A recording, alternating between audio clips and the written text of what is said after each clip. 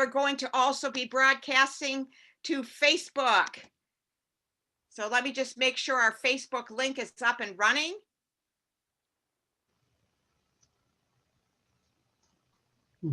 Oh dear.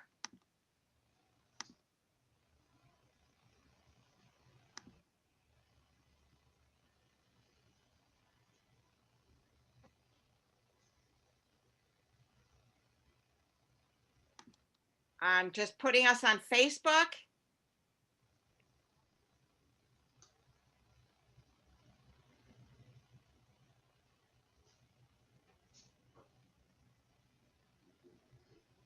The pressure is on. So if anyone who's watching has their video on and doesn't want it on Facebook, just turn your video off. Okay, let's see here.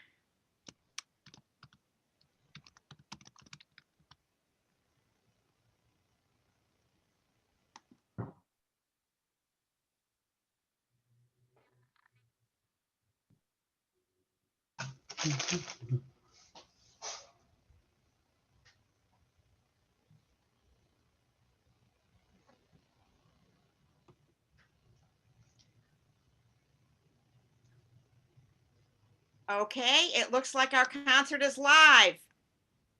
Hooray! Technology is working. I think it's all on our side. So let's go like this. We did it. We're live on Facebook.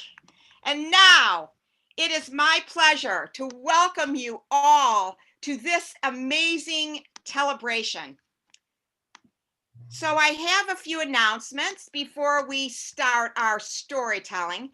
First of all, I would like to give a big thank you to the Storytelling Association of California, otherwise known as SAC, for the idea of putting together this program where the North and the South meet each other here in California. SAC is an organization that promotes storytelling as a living art, and we are all here this afternoon to participate in this amazing living art. I'd also like to please thank BZ Smith from the Mother Lode Storytelling Guild for working with me today on putting together this program. A big thank you to Tim McCaffrey, who's going to be sharing a story and a song later this afternoon in our program, for putting together our amazing postcard.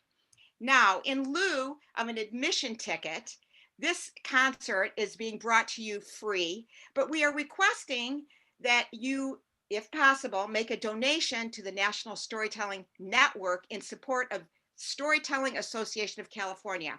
I'm going to be putting a link in the chat if you would like to make a donation, because the National Storytelling Association is the mother of all of us in terms of storytelling in the United States. And now we have gone global and we are an international storytelling association. So I will be talking about that a little bit more later on. So the whole idea of Tellabration was started by a storyteller whose name was J.G. Pinkerton, and he dreamed of this idea in 1988.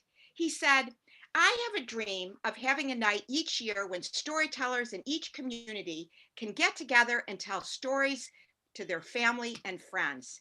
He decided to call this celebration a Tellabration.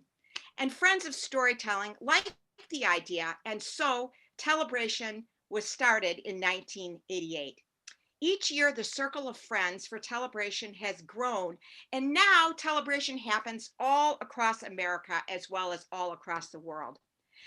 J.G. Pinkerton said, "Through storytelling, we can draw closer together in peace, in friendship, and in love." Storytelling reaches around the world and across the generations, reminding us of our common humanity. And I know that storytelling creates experiences, and shared experiences are the basis of all relationships. If he were here today, he would say, "My best wishes go with all who join in this common endeavor." So this evening, we think about J.G. Pinkerton and his amazing dream of bringing the world together through storytelling. And so now it is my pleasure to pronounce this Tellabration proclamation on behalf of NSN. In the name of storytelling, the National Storytelling Network and the Mother Lode Storytelling Guild and Community Storytellers, we are proud to sponsor TELLABRATION, the worldwide event of storytelling, at this very moment across 6 continents in 40 states and 9 countries, from Sacramento to Savannah, from Boise to Barcelona, from the West Virginia to the West Indies, from Los Angeles to Lithuania. Over 300 audiences are gathered right now for this spectacular storytelling event. So without further delay, in joy and anticipation, let the stories begin.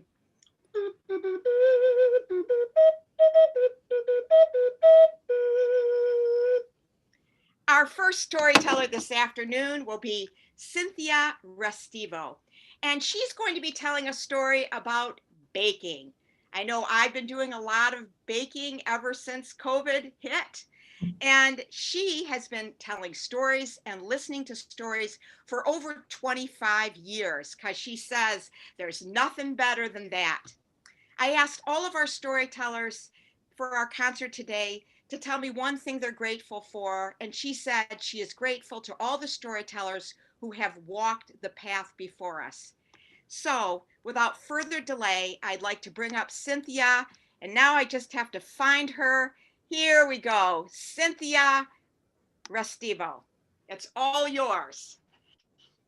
All right. Well, I am delighted to get this party started.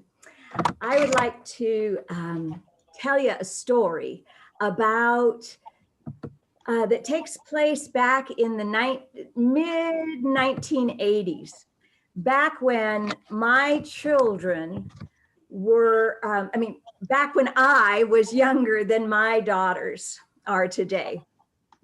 In that time, I was at a, let me get rid of this. At that time, I was got a job at the International Theater that was based in Vienna, Austria. It was a theater company that was an English-speaking theater company, and we traveled around Austria, Germany, and Switzerland. And I moved into a flat with 5 other actors. Now, you know how when an ensemble gets assembled, there is, you know, we all come with our suitcases full of challenges and gifts. And fortunately for me, Frederick Graff was one of the people that were there. He came from New Jersey, and he could have been a chef if he had not heard the theater's call. We traveled a lot in that year and a half throughout Germany, Switzerland, Austria, and we ate out a lot as well.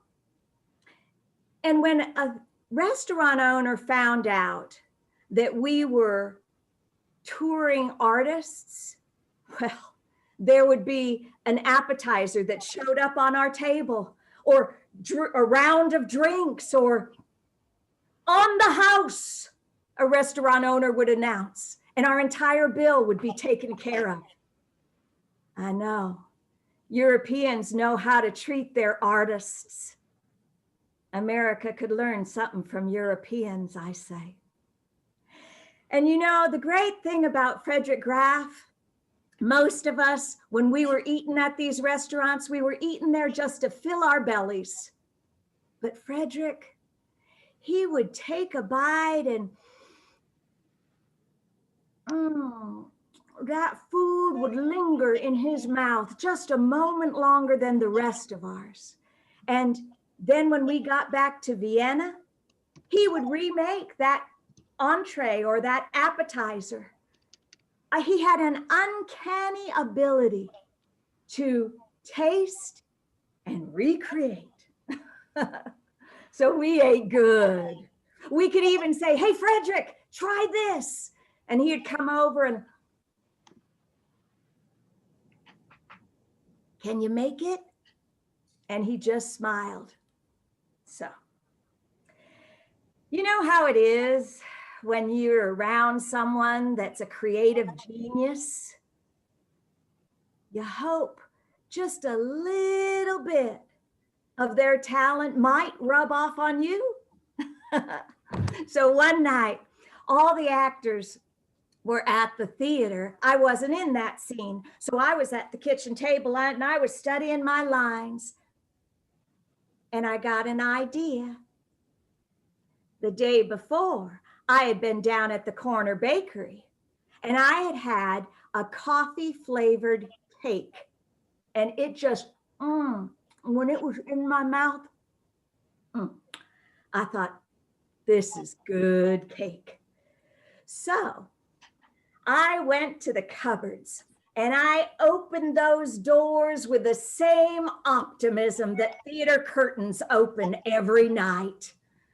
And I started selecting the ingredients that would be just right. And I mixed them together. Now, I didn't use a recipe. I wasn't a paint by number kind of gal. I was an artist. And so I was mixing and I, maybe a little bit more of this. And oh yeah, that's perfect. And so I poured that creamy batter into a well-greased and floured pan. And I walked over to the oven and, oh my gosh, the oven, well, the dial did not go from 100 to 500 degrees. You do remember we were in Europe. I had been there 4 months and I had never noticed that the numbers went from 50 to 250. And I thought, oh my gosh. Well, I know it's not one. I know. Well, it can't be 250. I was going to bake it at 350, but well, 250 is the highest it goes. So maybe, well, if 250 is the highest and 50 is the, well, maybe just right around, maybe just right here, 175. And that's where I set the dial. And I waited for it to heat up, and then I said, well, I'm going to have to watch this cake because, you know, I'm not positive where I sent the dial. And so I opened up the oven and I set the cake pan into the oven and closed it and waited and got back to my studying of the lines. But you know, it wasn't long. Was not long before the whole room smelled like a coffee flavored cake. Ooh, weren't my flatmates gonna be surprised? They knew that I grew up in a household where my mom opened a can, poured it into a pot, stirred and served our nightly dinners. And so here I was, baking without a recipe. And so I peeked and oh yeah, it needed a little bit more time. I took out a toothpick and I waited a little bit longer. I thought maybe I should get out the plate so that I could serve it up for when they came home from rehearsal. And I opened the oven again and I checked, oh no, just a little bit more time. I got out the forks and I waited. This was going to be great. I checked again. Oh, I'm sure. Oh, yes, it was it was ready. I took it out and I set it out on top of the stove and waited just a few minutes so it could cool down a little bit. I know something about bacon. I mean, you know, I knew something. And then I took the round pan and I turned it over the serving plate and I hit the bottom of the pan and that cake, it fell out easily with a clunk. A clunk. Cakes are not supposed to clunk. And the height of that cake did not rise from the 3/4 of an inch. Well, okay, we were in Vienna. The 19 millimeters that it was did not raise 1 millimeter. I thought it kind of strange, but you know, what do I know? So then just then as it was laying on that plate, I heard the rattling of the doorknob and the door swung open and 5 actors came in full of sound and fury and notes of their rehearsal. And The smell, it greeted them at the door. And you know how it is when someone's been baking up a storm, and that smell just wraps around you. And they all slid into their chairs and said, "All right, dish it up." And I cut each piece of that cake and I put it on their plates, and they took their fork and they took a bite. And I looked at their faces, and their faces were telling me, like, "Are you joking?" So I took a little nibble, and it was hard. I mean, it was hard. And I said, "It's all right. You don't have to eat it." But they were adults. Frederick said it was interesting. I'm no child. I know what interesting means. I said, "Really, you don't have to." But they were adults. They cleaned their plates into the garbage. Then Frederick grabbed hold of the remaining part of the cake. It was almost in the shape of a football. He called out, "I'm going to pass it to you." And he threw that football. John jumped up, grabbed it, and threw it over to David, who threw it to Delbert. And that cake was flying through the air. And I said, "Whoa, someone's going to get hurt." Frederick said, "With a piece of cake?" Then I said, "Frederick, what'd I do wrong?" He said, "Baking powder." "Baking soda?" "Oh, baking powder. It makes the cake rise." Oh. Oh. Well, you know, this Thanksgiving, it's going to be a little different for a lot of us. There isn't going to be Aunt Thelma there making the stuffing, or Uncle Charlie making the pumpkin cheesecake. So when you get ready for your Thanksgiving dinner and you put in that stove what you think is a coffee flavored cake, don't be surprised if what comes out is your night's entertainment.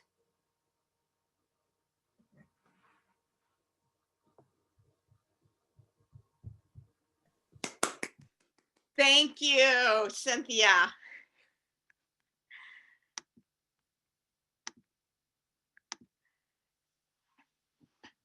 I'd love to taste that cake. Sounds yummy to me, especially the clunk part.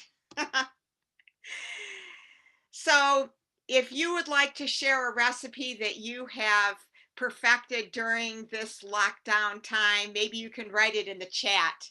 I'd like to just see a show of hands. How many of you have been doing a lot more baking these days? I need to go to gallery view so I can see everyone. Baking, a lot more baking. Yeah. How about cakes? Cookies? Bread? How many of you have learned to make baked pears? Well, I have been perfecting the art of baked pears, and I would like to bring up our next storyteller, who is going to be sharing a story from China called The Pear Tree. Nick Smith is a longtime teller of historical tales and folk tales, and sometimes both in the same story. And I am grateful to have known Nick for almost 30 years. So let me find Nick here in this sea of faces. Please help me welcome Nick Smith.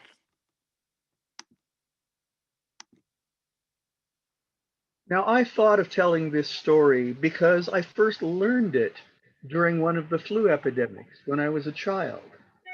You see, when I was a child, I had the flu really, really badly and had to stay out of school for 2 or 3 weeks. I was the second most sick kid in the class, but the only thing that my parents found to keep me entertained was to let me read whatever I wanted. And sometime during that illness, they bought me a collection of Asian folk tales. And this is one of the stories that I learned from that book. And so it reminds me of getting through times of people being sick. It also reminds me of other things that you'll probably learn in the story if you're not familiar with it. You see, one day near a town in China, there was a farmer coming to town for the market day, and he had a wagon load of pears. He had been growing pears for years, but this was his finest crop ever. He was so proud that he had finally grown the pears that people would dream of, that the taste in your mouth would make you think of faraway places and faraway things. More importantly, though, they were pears that people would pay a lot of money for because they were absolutely wonderful quality. And as he was getting ready to get the last way into town to sell his merchandise, to sell his wagon load of wonderful pears, a wanderer passed by, and he looked at the wagon load of pears, and he looked at the farmer, and he said, "Excuse me, sir, but could you spare one of those? I haven't eaten a pear that looks that good in a long, long time, and I don't have any money to buy one from you, and I know you're not set up to sell them yet, but if you could just give me one, that would be so great of you." And the farmer said, "Give you one of these pears when I'm not even ready to sell them yet? Bah, be off with you." And the wanderer started to turn away sadly, but a nearby person also heading into the town market said, "Wait, wait, please sell one to me." And the farmer said, "Oh, all right, I'll sell you one." And the passerby bought the pear from the farmer and turned it and gave it to the ragged wanderer. Now the wanderer said, "That was so generous of you. I am going to show you something. I'm going to come up with pears for everyone waiting to go into the marketplace." And the farmer said, "If you could do that, why didn't you have your own pears?" And the wanderer said, "Because I needed this." And he cut open the farmer's pear and pulled out a seed and planted it in the ground next to the road. And as the people stared in astonishment, that seed turned into a sprout. And that sprout grew up out of the ground and turned into a small but very pretty full-grown pear tree in a matter of moments. And the wanderer said, "Ah, now it's ready." And he took a bite out of the farmer's pear that he'd still been holding, but then he pulled off one of the freshly ripened pears on his own tree and handed it to the man who had been generous to him. And the man cut it open and took a bite and said, "This is delicious." And others came up and said, "Could you give us one also?" And everyone was watching the wanderer and his little pear tree. And as each person came up, he gave them a pear from his own tree. Well, the farmer was astonished by all of this and watching this man who had created pears out of nothing and was giving them away. And as the last of the pears from the pear tree had been given away, the wanderer took out a little hatchet out of his pack and cut away the base of the small pear tree and cut the branches off of it and turned it into a walking stick and turned and began to walk away. Well, everyone thought the entertainment was over, so they prepared to go on into the marketplace. And the farmer turned back to his wagon, and the pears, his wagon load of pears, his wagon load of perfect, wonderful pears, his wagon was empty. And worse, the little wagon pulling rod at the front was gone. And when he turned to look at the wanderer walking off into the distance, that staff that he was carrying looked a lot like what should be at the front of his own wagon. Well, he began to yell and jump up and down, but the wanderer simply vanished into the crowd and was not seen again that day. So not only had the farmer lost his pears, but he had to pay someone to fix his wagon before he could go home. Did he learn a lesson that day about kindness? Perhaps. Did he learn a lesson that day about generosity? Perhaps. Did he learn a lesson about how he had turned a great profit into a small loss? Definitely. And that is the story of the pear tree.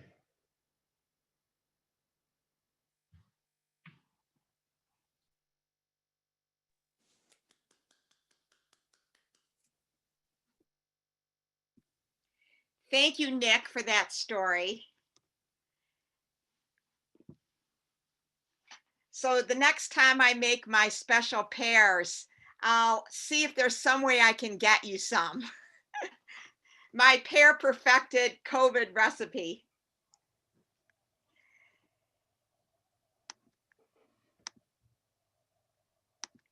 So I'd like to bring up our next storyteller. It's perfect that I'm bringing up a storyteller who is actually a tree doctor.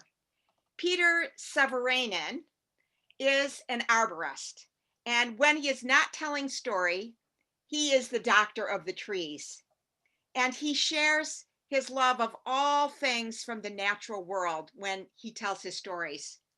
I asked him what he is thankful for this Thanksgiving, and he said he is grateful that nature keeps embracing us with no hard feelings for past trespasses. And so now I would like to bring up Peter Severainen.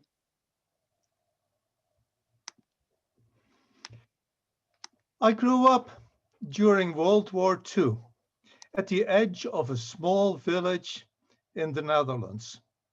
There was no TV, internet, or supermarket, but we created our own entertainment. Our house was full of books, and we had fresh vegetables and fruit from the garden. The war was mainly distant. We never received a direct hit from a German bomb. Life was exciting. We were homeschooled, but on days that there was no school, I could choose whether to go to the vast village-like psychiatric institute across the street where my father was the medical director, or I could choose to read, or I could go to the big forest. The forest was close to our backyard. It had lots of wild animals, deer, foxes, badgers. There was also some unexploded ordnance, and every once in a while, a village kid would step on one of those and become a statistic. But being in that forest was just heaven. It was everything I wanted. Nature was my lifeline. Now, my parents had a somewhat hands-off attitude towards education, and they did not ask where I had spent the day, and I did not tell them. Whenever I could, I would go to the forest, and I could spend all day there walking around. If I was very ambitious and was willing to walk for hours, I could make it to the heath fields. After hours of walking, I would come to a section where there were acres and acres of purple flowering heather, the heath or heather fields. And interspersed in there was an occasional peat bog. And one of them was my favorite. And going there in that landscape where you weren't quite sure what was going on. There were all the fantastic things. There was that inviting water. There were the black reflecting water. There was the insects flying around. And there was also the added attraction of mortal danger. I knew that if I came too close to that pond, some of the plants would give way. They wouldn't hold my weight, and I would sink down. And I knew if that happened, or if I just happened to slip and fall in the water, I might not be able to crawl out.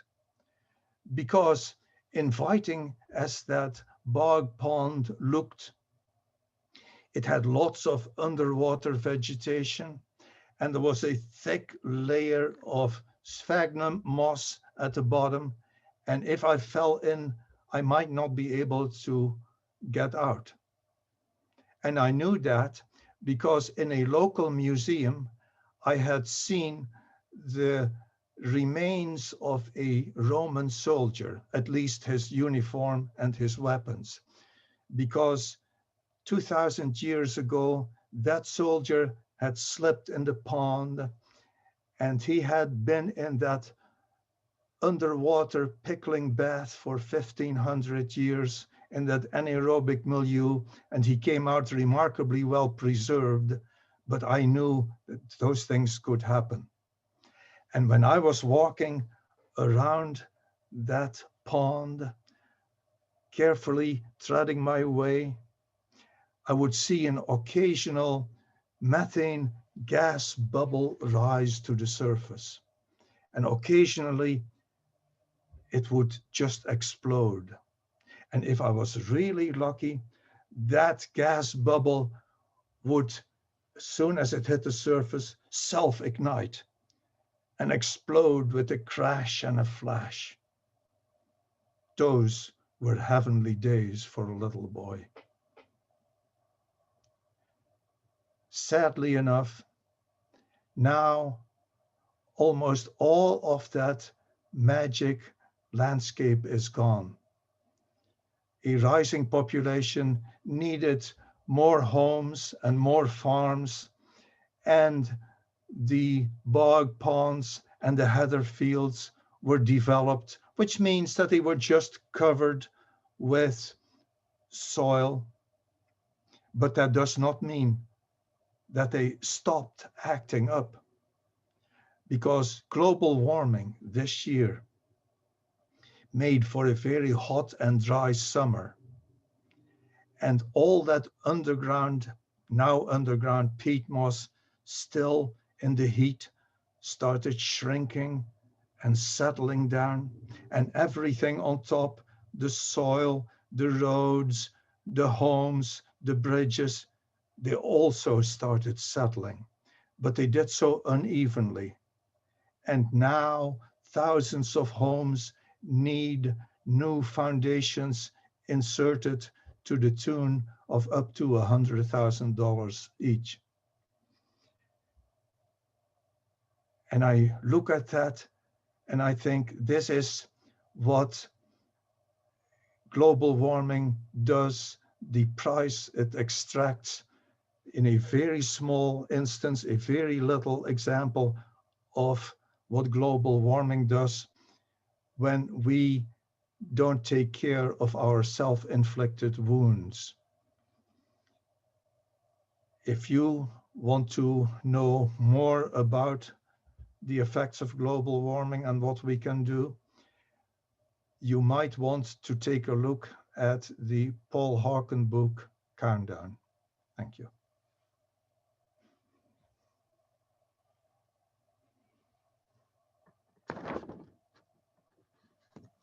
Thank you, Peter. Perhaps you could write in the chat the name of the book that Okay. you suggested, that would really be awesome. How fortunate for you that you were able to experience those bogs in your childhood.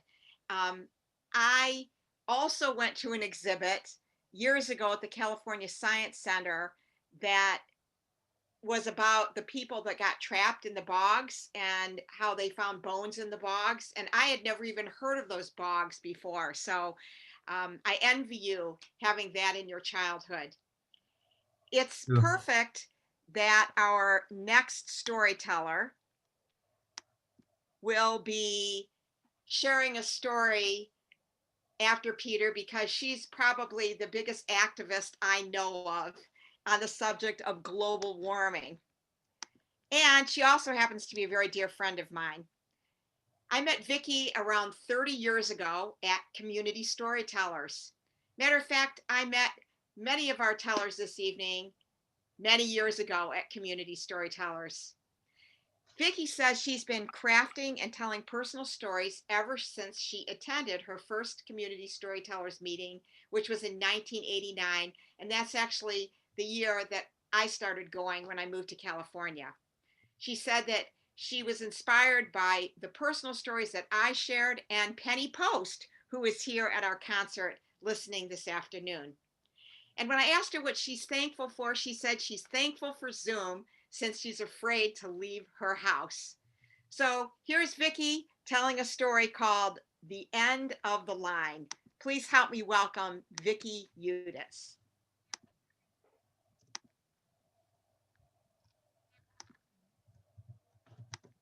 I wake up. I look at my phone. It's 3 a.m. My throat hurts. Do I have COVID? Am I breathing? Okay, I'm breathing. And my throat probably hurts just because I snore. In fact, in a couple of weeks, I'm going to go to a sleep center and be tested for sleep apnea. Because if you snore really loud every day, you could have sleep apnea and die. Do I smell smoke? I smelled smoke earlier outside from the bobcat fire 15 miles away. I go to the kitchen to boil water to soothe my throat. The smell of smoke is stronger now. I go to the laptop on the kitchen counter and I Google fires near me. And there's the bobcat. Nothing else. But a new fire could have broken out nearby. A fire not yet reported. Should I call someone? Who? I think I hear flames outside. I mean that crackling sound. I go to the window. I look out. I can't see anything. Oh, maybe because the air is so thick with smoke, that crackling sound is louder now. I'm just going to go. Okay, I'm just going to pack the go bag and go. I yank my kid's figure drawing studies off the walls of the living room. She's going to want those. Okay, I want those. And from the bookcase, I'm going to take the bobblehead of Sheldon, that character from The Big Bang Theory. My kid and I watched every episode years ago. The photograph of the two of us in our pink pussy hats at the DC Women's March, the DVD of me in a red wig selling Budding's lunch meat on television years ago. I want that. And food, you know, I need to take food. So cans of beans and corn, stuff I can eat with a spoon. I'll need a spoon and a can opener. Pants, I need pants. I can't just wear this t-shirt. I will need pants and shoes. So I go to the closet in my bedroom and I put on pants and shoes. And then I go back to the kitchen and I pack up my laptop and my purse and my keys and my kitty. My 17-year-old kitty, she sleeps in her bed. She's deaf. I have to take her and her carrier and her food and the enormous blind goldfish and the 2 fire-belly newts, my kid's pets from when she was small, whom I have taken care of all these years. I will put the fish in one bucket and the newts in another, and I will have to drive very slowly so the water doesn't slosh out of the buckets. Will an evacuation center take me with a cat and 2 buckets? Is all this stuff gonna fit in the car? You know, I could put the seat down. I could tie something to the roof. I could hold something on my lap. No. How many people live in Los Angeles? 4 million. There's no way we can evacuate because, I mean, we would never make it. We would kill each other trying to get out. We would all just burn to death, sitting in our cars, bumper to bumper on the freeway. There's no plan. Just like there was no plan during the 3 Mile Island nuclear disaster in my hometown in 1979. I was there, and the local officials told us everything was fine. Everything was under control. As the core of the nuclear reactor continued to melt down and radioactive gases were released. The officials did not tell the public that a hydrogen bubble had formed in the damaged reactor, a bubble that could explode. And they didn't tell us because there wasn't any way for 600,000 people to run away. And we were lucky. The bubble did not explode because we wouldn't have survived. I can survive a fire. I read about this a couple years ago. There was a couple about my age, and they were trapped in their home by a wildfire. It was Northern California, and there had been no alert to evacuate. And so they jumped in a swimming pool, and they put t-shirts over their faces to keep out the smoke. Their house burned to the ground, but they made it. And when it was over, they were able to call their kids. I need to survive for my kid. My kid is 22, and she calls me 2 or 3 times a day from New York City to tell me what brand of tomato sauce she put on her chickpea pasta. She'll tell me her piano student loves her lessons. She'll tell me she had a date with someone new.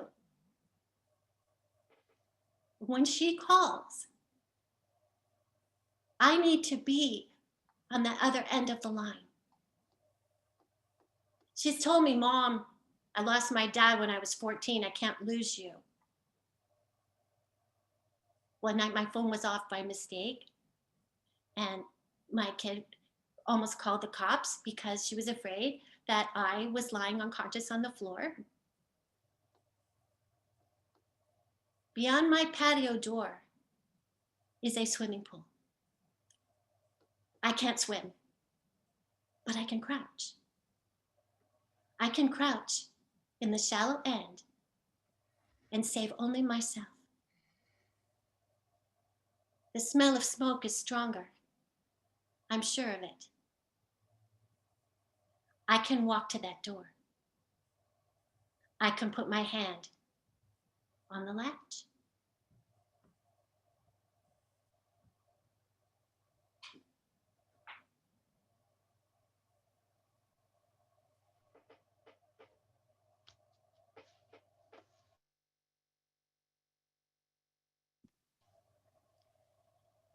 Wow.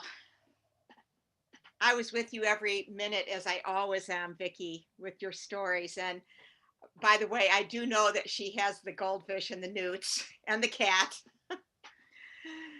Thank you, Vicki. Your stories always really make us think. A sober awakening.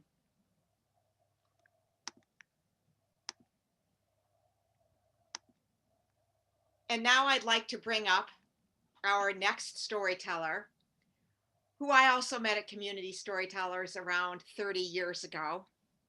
And if not for Audrey Kopp, Community Storytellers would have probably folded. She was the one who kept our group, she and Leonard Ellis, who is in our audience this afternoon, really kept the group going for many, many years. When it became difficult for folks to get to the library in Culver City because of traffic, because of changing family circumstances, like me having children. And it was really Audrey who kept the lifeline to Community Storytellers attached. So I really am appreciative that she put in all those hours to keep our group going. I asked Audrey to tell us a little bit about herself, and she said, having read zillions of folk and fairy tales as a youngster, she is now pleased to be able to tell these stories to people of all ages. And I am grateful to call Audrey my friend. So please help me welcome Audrey Kopp. Thank you, Karen. And I would like to thank Karen for putting all this stuff together and for keeping community storytellers telling still going on, as you can see is happening today. I just wonder how many of the people here have ever been up to a town way high up in the mountains in Colorado by the name of Leadville? Well, if you've been there, I'm sure you've been into their general store, and you probably have bought a postcard with a picture, a colored postcard with a picture of a fur-covered trout. Now I want to tell you about that. You see, many years ago when Leadville was established, it was in 1878, I believe, there were lots of miners who came into town, and they were so busy mining that they didn't have time to go out and catch any game for themselves. So they hired a bunch of good game hunters, and those guys, they would get deer, they would get wild turkeys, and best of all, they would catch the trout that was in the Arkansas River, which was just right there too. Well, that summer, there was a great amount of rain, and there was a great amount of forage for the deer. And so the deer grew kind of fat and happy. And when they had deer for dinner, the miners were so happy because it had a nice fatty taste to it. And even beyond that, there was all kinds of stuff going on too with the tallow that collected in the mouths of the miners. It also collected from the fried potatoes that they seemed to be having every night. And after a while, the inside of the mouth, the roof of the mouth, was just coated with the tallow or the grease from all these potions and potatoes that they were eating. It was okay, except that it kind of ruined the taste of anything that they would eat. And the miners didn't like that one bit. But then one of the fellas had an idea, and he gathered everybody together and he put them in a big circle. And then to each of them, he gave a little handful of shavings from a pine tree. And then he asked them to put the shavings right there on their head, which they did. And then he went around and lit all those little piles of shavings. And oh, that stuff, it burns fast and furiously. It burns so fast and furiously that it didn't do any harm, but it kind of sent heat all the way down their faces. And the tallow, it just began to drip out of the mouths. And then the miners could taste again, and they were really happy. But they got a little unhappy when they realized that all that fierce heat had kind of taken away all the hair on their head. And if you're going to be in Colorado in the winter time, you need all the hair on your head that you can possibly have. Now, nobody knew what to do about it, but it so happened that down in Kentucky at that particular time, there was a fellow who was making a hair restorative. And he was really successful at what he did. He was so successful that he had helped everybody in the territory where he was, and nobody had to buy any more of his stuff. But fortunately, he heard about those miners up in Leadville. So he collected all his things, his mill and his special ingredients, and went on up to Leadville. And then he set up shop there. And sure enough, the hair restorative worked just as well as it had down in Kentucky. And one day he got an order from some of the mining camp that lived just across the river from where he was. So he gathered up 4 bottles, which is what they wanted. And he tucked one under one arm, tucked another under another arm, picked up a 3rd one, picked up a 4th one, and started across the log that connected his camp to the camp on the other side.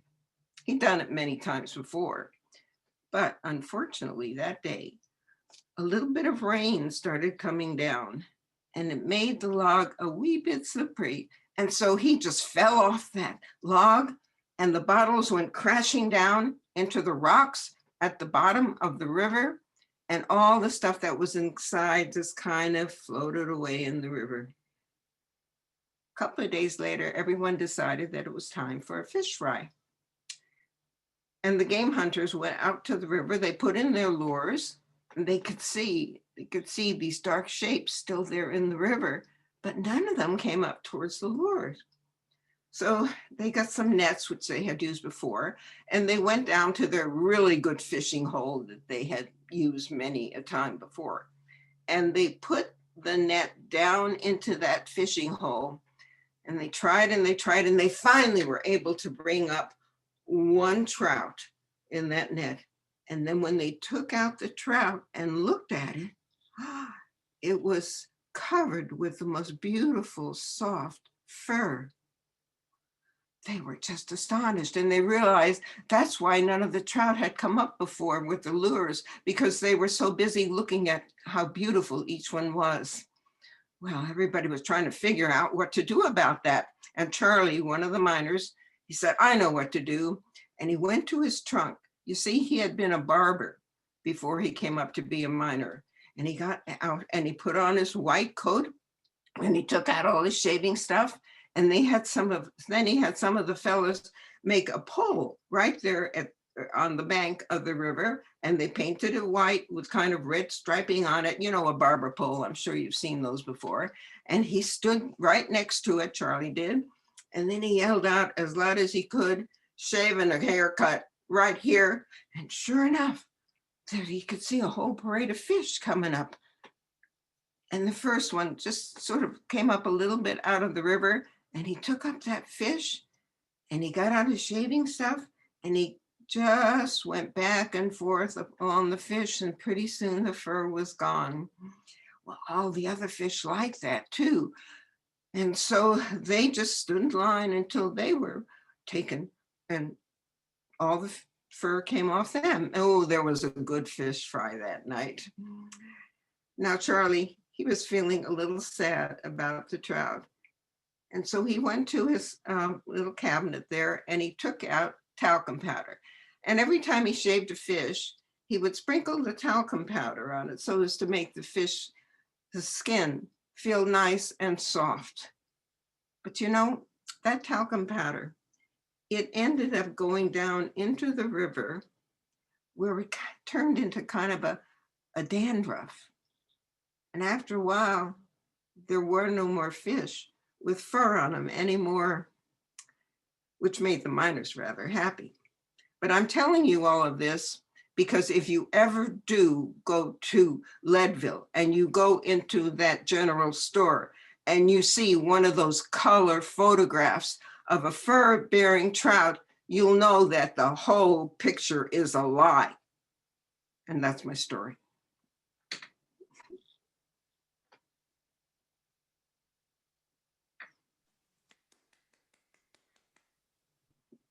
Thank you, Audrey. I believed every word, every single word. So do I.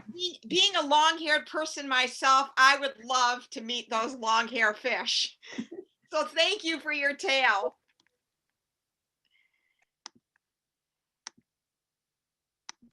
And now I'd like to bring up another storyteller from the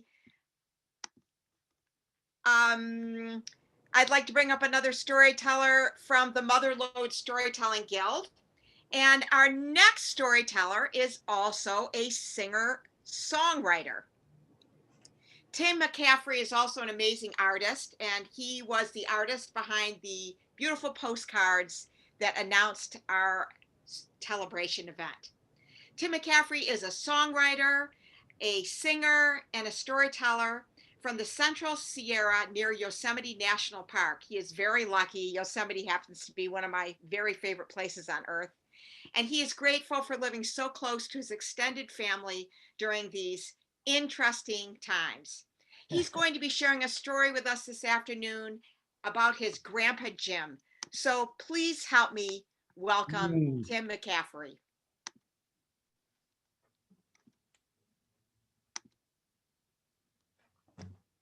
Thank you, Karen. Did I ever tell you about the story of my Grandpa Jim? My Grandpa Jim was, he was a great man. He was a big man. He wasn't a tall man. He was more like Santa Claus without a beard. He was a happy, jolly guy, bald, red-faced. My relationship with my grandpa when I was young was like what I would think most people are with when they're children with their grandparents. They're happy to see him. My grandpa would come around on occasion. And when I say on occasion, my grandpa would come to my house on Easter Sunday and Christmas time, and maybe once or twice in the summer. I was always jealous of some of my friends. One of my closest friends, Carrie Ito, lived across the street from me. Her grandmother lived with her. She was from Japan and she didn't speak a word of English, but they had a great relationship. She would yell at us in Japanese. And I didn't know what she was saying, but it was actually like awesome that we had this relationship with her. And I always wanted that with my own grandparents. And when I was 15 years old, my grandpa fell ill and he came to live with us. Well, by the time I was 15, the last thing I really wanted to do was hang out with an 80-year-old man. And I'm pretty sure the last thing my 80-year-old grandfather wanted to do was hang out with this 15-year-old kid. But because my grandpa fell ill, they took away his driver's license. And right when I turned 15, I got my permit. And so we had and created this, this mutual relationship where he could get out of the house and I could drive because he was over 25. And that's all I needed in order to drive around town. So together, we formed this bond. He'd get in the car, and in the beginning, we wouldn't go far. We'd kind of just drive around the block. He taught me how to drive a stick as he held on for dear life onto the oh heck bar. And he patiently taught me how to drive a stick shift in that Ford Escort L. This white car. It was sort of a beater. But that graduated into, we started going around town. We drove all over the Bay Area. And then that turned into me taking him to lunch. And we'd have these daily trips going to lunch. And then eventually we would pick up my friends, which I'm not sure was totally illegal, but my grandpa didn't really know the law of what a 15-year-old could do. So I convinced him we could pick up my friends, and together we'd go over the hill of Highway 17, which in hindsight is insane. And we'd end up going to the beach and we'd hang out daily. And as our relationship got closer and closer, and I spent my days with him, all day with him, I would ask him advice about girls, and I'd ask him about, how I should, about jobs and what a 15-year-old could do. And as I was closing in on my 16th birthday and what is life about? And my grandfather, being Grandpa Jim, he really wasn't a guy who gave advice. He was a storyteller. And I would ask him, I like this girl, how do I go about it? And he wouldn't answer. Being me, I thought my grandpa was hard of hearing, but he wasn't. It just wasn't his style. What he would do is he would tell me about his stories, about his past and his life and the things that he would do and the hard work that he put in and how he got calloused hands and how he would spend his days working for a paving company and going from the early days of this paving company all the way to a vice president through hard work. And eventually I got my license. And eventually my grandpa moved back to his home. And when he moved back home, I'd go visit him and we'd still have talks and we'd still carry on a relationship. I'd play pranks on my grandpa and make, I would make prank phone calls to him, and his name is Jim and my name is Tim. So I'd call him up and I'd say, yeah, is Tim there? And say, oh yeah, no, Tim isn't here. I said, no, not Tim, Jim. Jim, this is Jim. And I'd say, no, not Jim. I said, Tim. And then eventually he goes, Tim, oh, come on. What are you doing to me? And then that's usually how almost every phone call with him started. A few years later, he passed away. And my parents asked me to speak at his funeral. And I wrote down a whole speech that I was going to say about my grandfather. And when I got up to speak about him, it made the most sense to put that piece of paper away. And What I spoke about was that summer. And what I spoke about was that relationship that I created with him. And in that moment, I learned that all that advice that I was seeking and the friendship that I wanted with my grandfather was there, but it was through his story. And that's how I learned to be the guy I am today. I wrote a song about it. I wrote a song about my grandfather. It's called Cosmonaut. And here it goes. I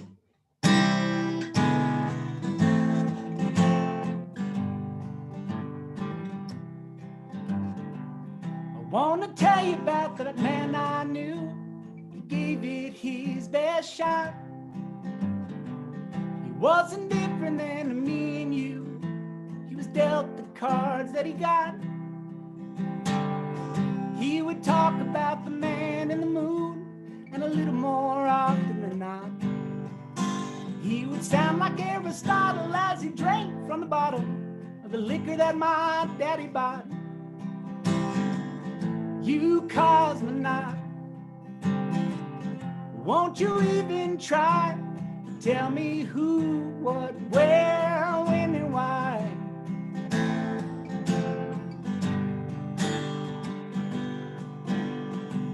His hands were made of leather, steel, wool, and stone.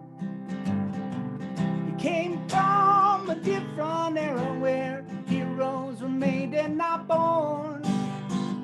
Sunshine was a shelter, 'cause his clothes were tattered and torn.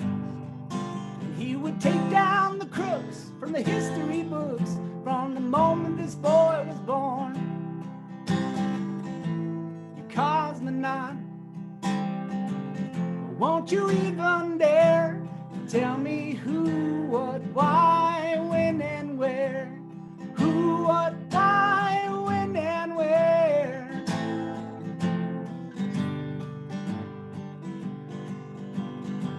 It takes more than living. You take it just to give it. That high riding sinner were the tales that I'd hear. You can be a quitter or some counterfeiter, you know. You might want to reconsider before you all disappear. He took his last bow standing on this stage. Sometimes I wonder if he'd think God made the grave.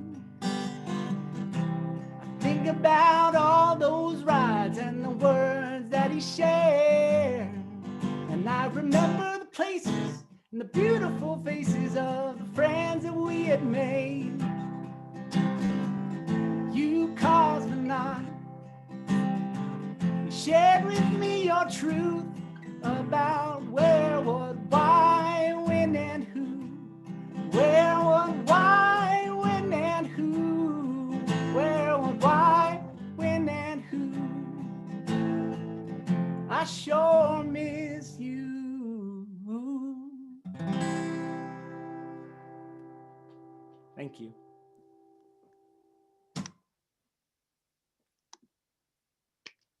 Thank you, Tim. That was so, so beautiful. Oh, thank you. I just feel like I met your grandpa, and your song really captured his spirit. So thank you very, very much. Thank you. So we are going to be taking a 5-minute intermission right now. If you need to get up, stretch, go to the bathroom, feed your dog. While we're taking the intermission, I thought I would put out a poll. And the poll has to do with Thanksgiving dessert. In my family, there's a big debate over what's better: pumpkin pie, pecan pie, apple pie, or other. So if you would like to participate in our poll, you can solve this question once and for all as to what is truly the best Thanksgiving dessert. So I've put out a poll, and if you've never done a Zoom poll before, all you need to do is just push the button and we will get our answer after the intermission. We'll meet back here at, it's almost 15 after, so about 20 after.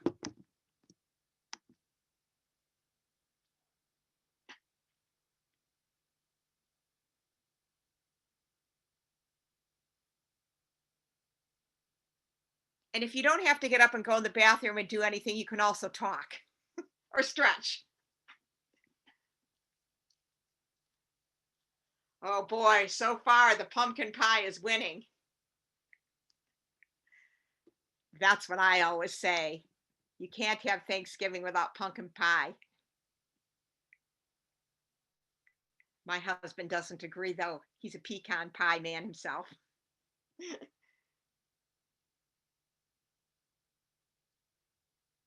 So if you responded with other, if you could please write in the chat what that other might be. And also, if you'd like to participate in our chat as to what you are thankful for this Thanksgiving, that would also be great. So please feel free to write in the chat things you're thankful for.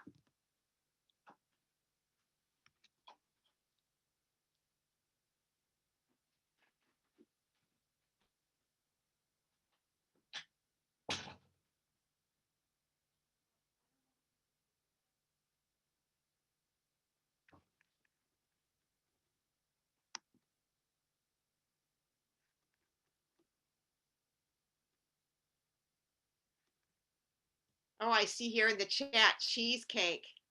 Ooh, persimmon pie. Ooh, that sounds good. Fresh fruit, no pie. I do like fresh fruit. Oh, and BZ said if she could vote, she would vote for pecan pie. I like pecan pie, but it's a little over the top. Pumpkin pie a la mode is my favorite. Oh, I'm reading the chat here.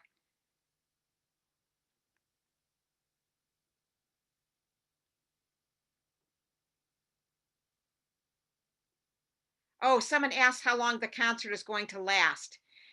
The second half will be shorter than the first half, and I'm thinking another half an hour. We started a little bit late because we had some technical difficulty trying to figure out how to turn off the doorbell. We did figure it out, but we had a little Zoom challenge.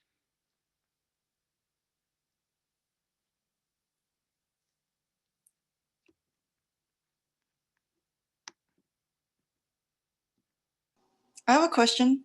Yes, How many people already performed or shared? 6. Okay. So we have 4 more storytellers. Okay. So I'm sorry that we're running a little overtime. We did figure out how to turn off the doorbell, so at least we don't have the annoying ding dong sound.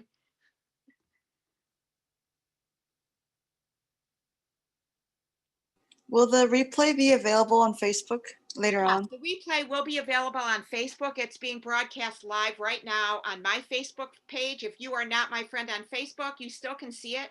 I'm Karen Golden. I'm on Facebook, and you will see me standing in front of Machu Picchu. That's me. So the Machu Picchu lady, and you can view the concert.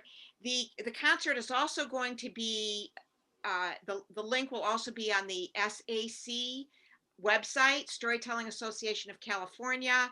They're also going to be allowing you to see the concert later, not allowing, but it'll be recorded and broadcast on their website as well. So you definitely can see the concert in case you have to leave early. There'll be lots of ways to see it. Can you put that link of that website in the chat and also your Facebook link in the Yes. chat? Sure. Okay, let me do that right now.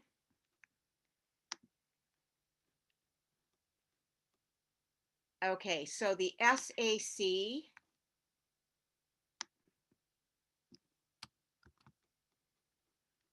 let me put that in the chat.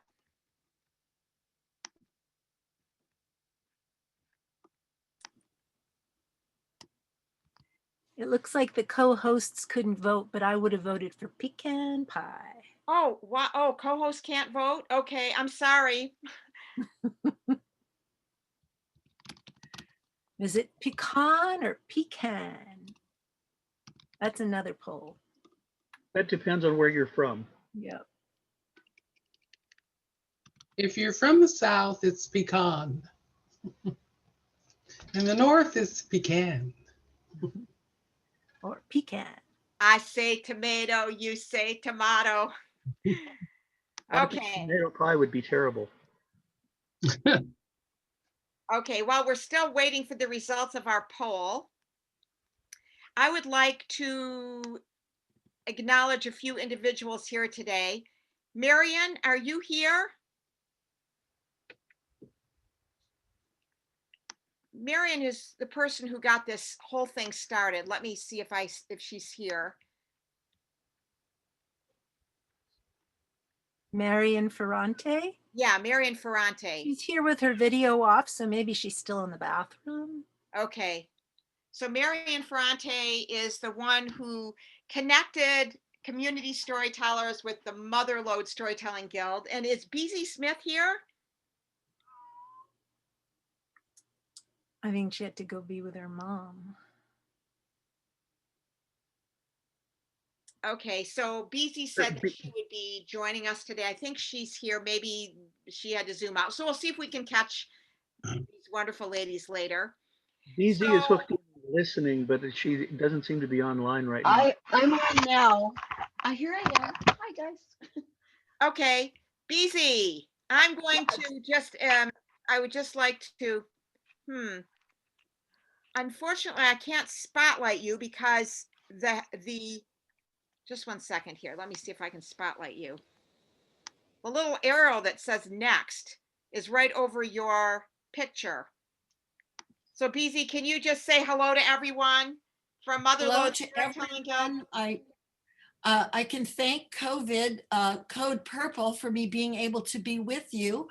I was supposed to be with my mother-in-law for her 100th birthday, but instead we did a birthday phone call this morning. So that gave me the chance to be here, and it's been just a delight to hear all of your stories, and I'm very proud of the tellers from our area, and it's very exciting to have an opportunity to hear the tellers from LA, where I used to live for a good chunk of my life. So I'm very glad to be with you all. Thank you. Thank you. Thank you so much. I'd like Looking to forward to the next 4 tellers. I'm sorry? I'm looking forward to the next 4 tellers. Awesome. Well, I'd like to tell you a little bit about the Mother Lode Storytelling Guild. It was founded in 2010 by Colleen Nunn, who will be telling a story a little bit later today, and BZ Smith, and it serves the Calaveras and Tuolumne counties with ongoing support for people interested in the art of storytelling. And Community Storytellers was formed in 1981. That's 39 years ago by 2 very special women named Peggy Prentice and my very, very dear friend, Kathleen Zundell. Peggy and Kathleen, who are no longer with us, would have really loved this concert, and perhaps they're looking down from above and listening to all these stories, because it's because of them that our organization, Community Storytellers, got started, because of their incredible vision. So while everyone is coming back from the bathroom, I'm going to play a little welcome back music on an instrument you may not have seen before. This is called a halusi, and it comes from China. And during this season, we celebrate a lot with gourds and pumpkins. And this is a gourd instrument that sounds like this.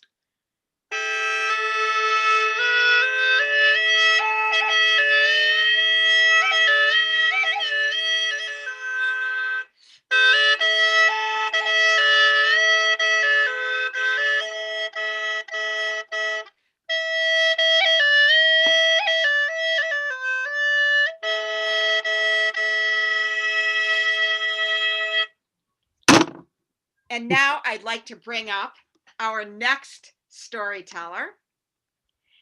Ruby Simpkins is a storyteller who tells stories that heal the mind, body, and spirit. And her goal is to help bring peace to the world.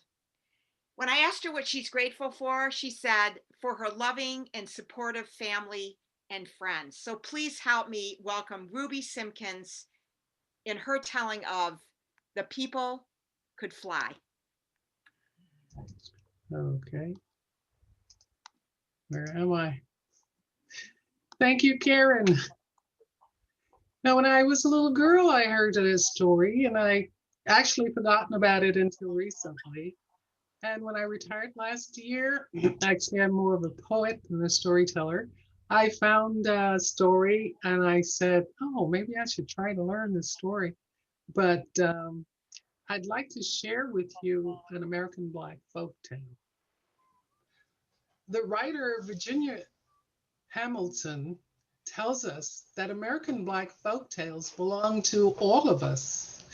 They are a part of American tradition and part of the history of this country. They are stories that were created out of sorrow. They were stories from the hearts and minds of Black people who formed them, expanded them, and then passed them on to us. They're full of love and hope.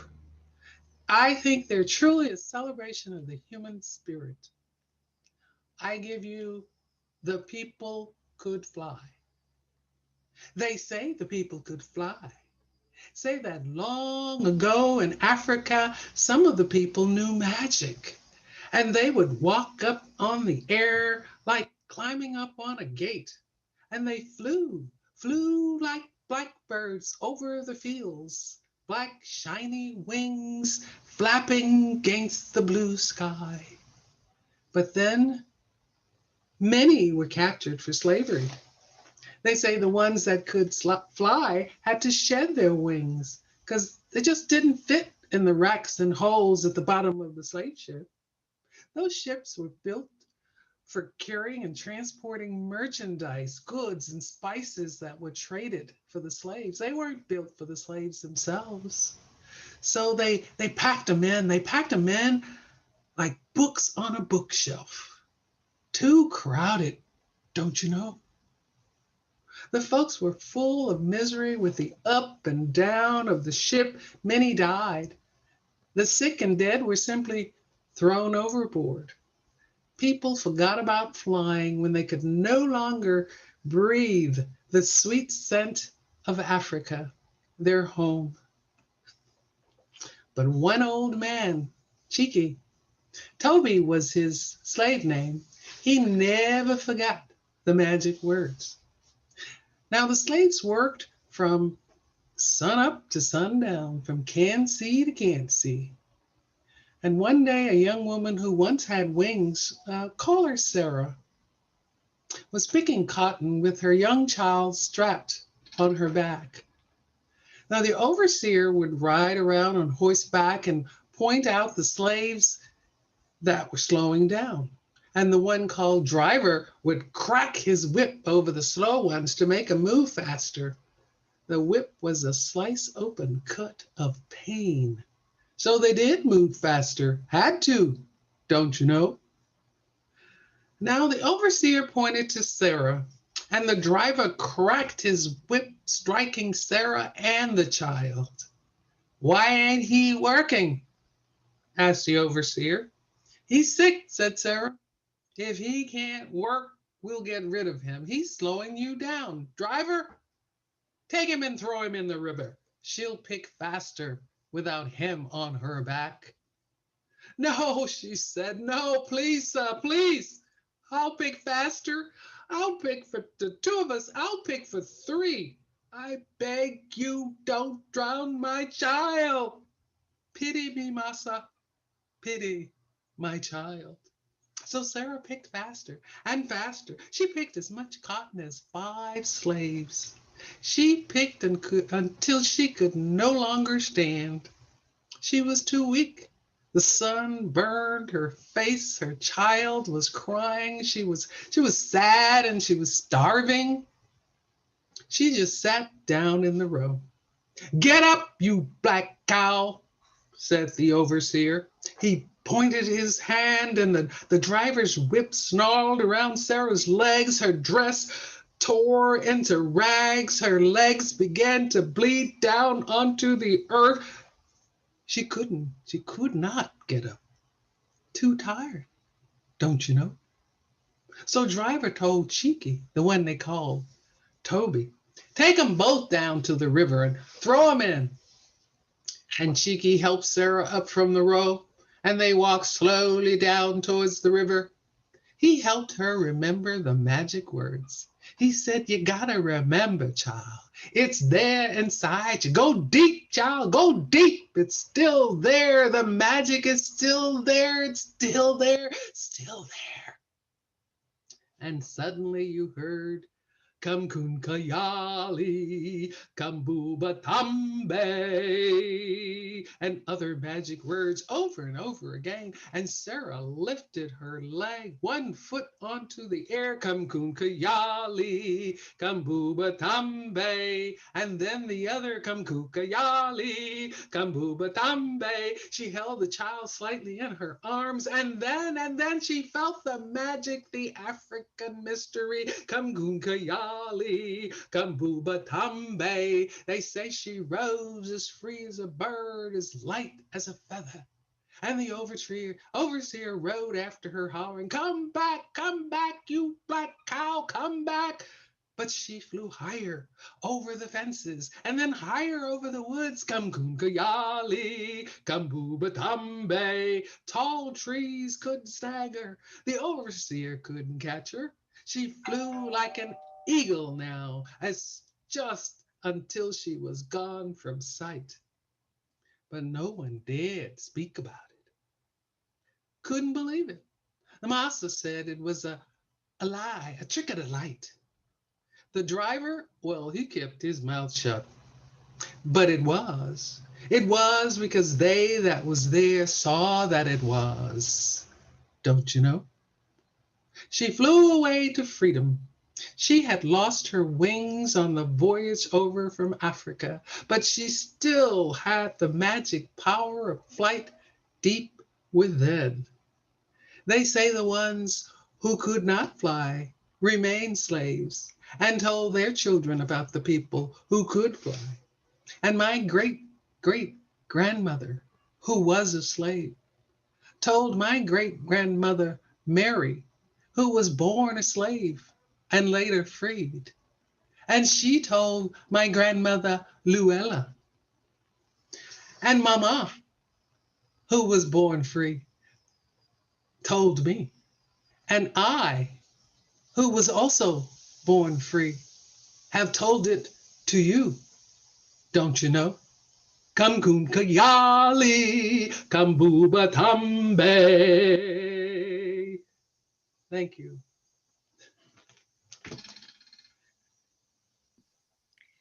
That Wonderful, wonderful. very, Thank you. very powerful telling of the people could fly. Thank you. Thank you.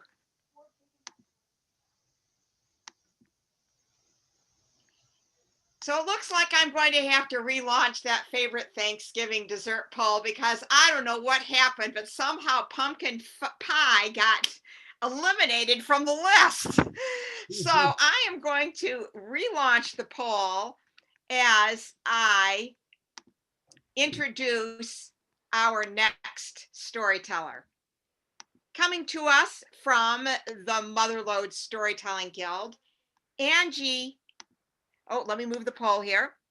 Angie Heiss has never been able to answer the question with one word about her bio. She says that her stories are usually personal and original, and she is very grateful for her family and her continued health in these crazy COVID times. And she added poo, poo, poo to her bio. So please help me welcome Angie as she shares her story, Coming to America, a true story about her mother that takes place during World War II.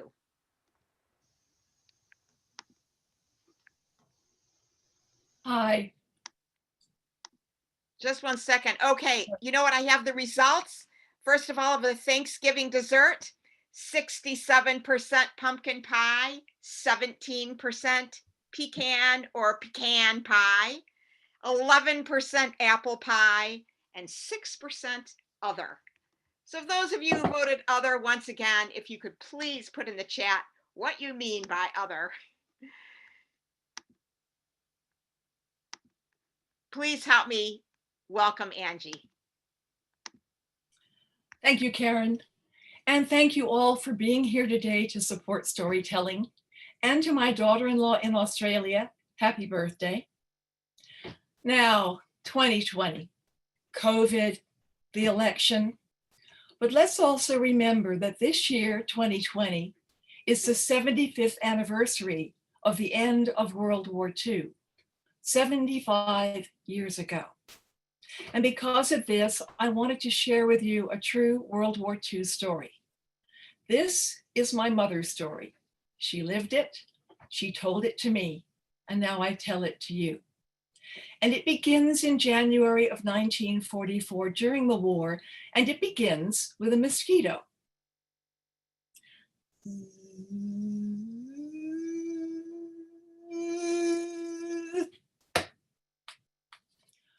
Now, that mosquito, an Anopheles mosquito to be exact, is the reason that my parents ever met. It's the reason that my mother and I emigrated from England to the United States after World War II. But that mosquito did not bite my mother. In January of 1944, my very British mother, Claire, was sitting in the officers' mess at her Air Force base in Eastbourne, England. She was listening to Vera Lynn on the loudspeaker, singing White Cliffs of Dover, and she was sipping a cup of tea and relaxing before her shift in code and cipher. When war had broken out between England and Germany, my mother had listed in the British Women's Auxiliary Air Force, the WAAFs. And she chose the WAAFs for two reasons. First, she liked to serve her country. And second, she liked the navy blue uniform of the WAAFs more than she did of the khaki uniform of the British Women's Army. My mother did take the WAAFs very seriously, and she became a commissioned officer, a squadron leader, which is the equivalent here of major. And she made a stunning officer in that navy blue uniform. Now, my father, Joe, was quite the opposite. He wasn't British, he was a Yank. He'd been born and raised in California and lived in California all of his life, except for the war years. And when war broke out after Pearl Harbor with America and the rest of the world, my father enlisted in the American Army Air Corps, and he became a corporal. And the Air Corps sent him to the South Pacific Theater of War, and he probably would have remained there for the duration of the war if it hadn't been for that mosquito. In January of 1944, somewhere off of the Solomon Islands, that mosquito bit my father, and it gave him malaria.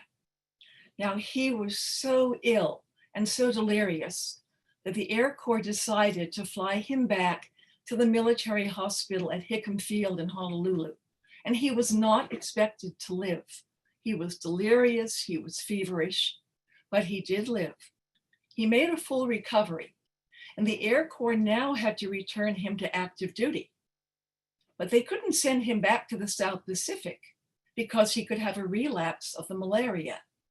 So they sent him to the European theater of war, to England, to be exact.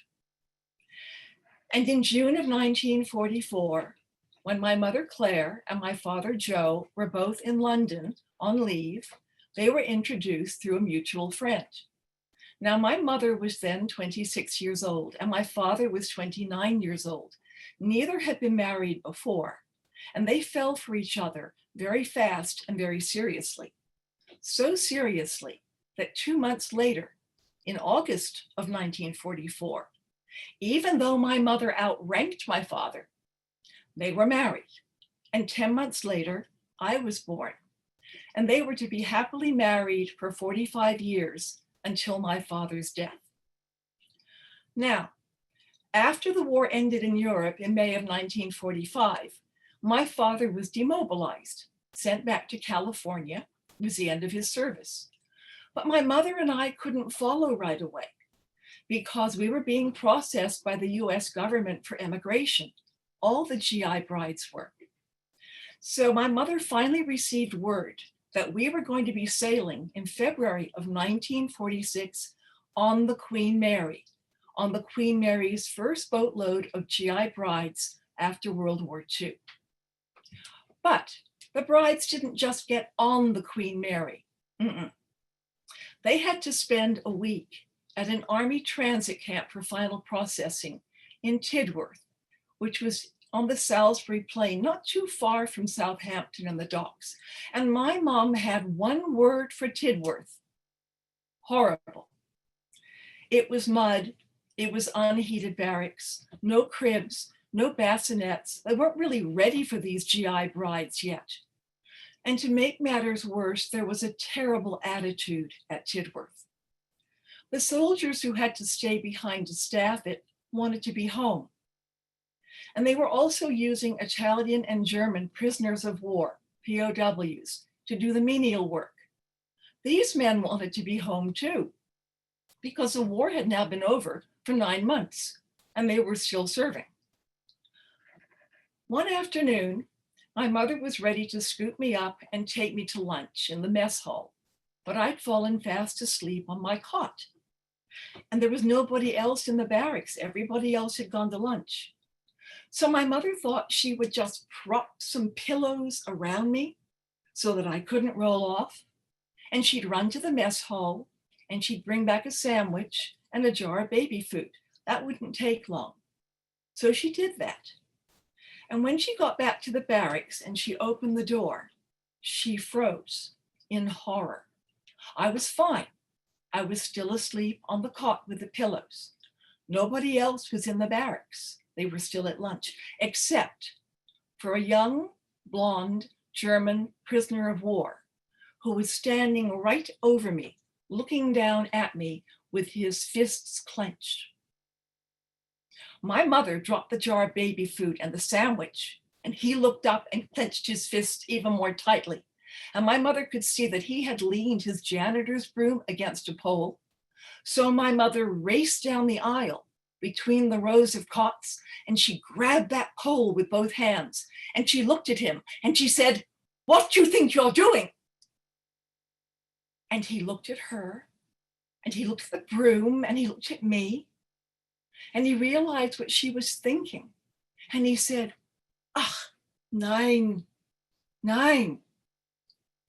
And then very, very slowly, he took his left hand and reached inside his POW jacket pocket to an inside pocket and pulled out a wrinkled black and white photograph and held it up to my mother. It was the photograph of a little blonde baby who looked just like me at that point in time. And he said to my mother, "Baby, mine, baby, mine." And then he carefully put that picture back. My mother said, "Ah," and she leaned that pole back against the pole. And then my mother stared at him, because this had been the enemy for almost 6 years.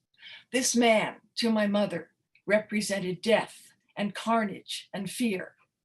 My mother, several years earlier, had lost an Australian fiance who was a bombardier.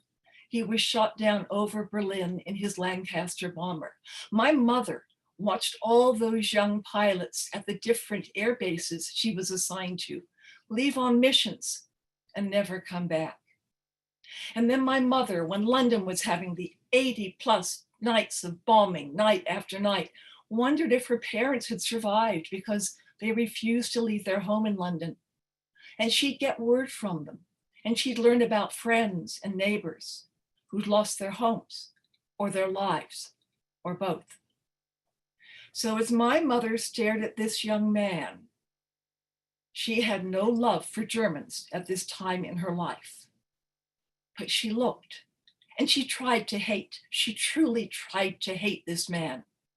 But all she could see was a young man far from home missing his family, missing his baby.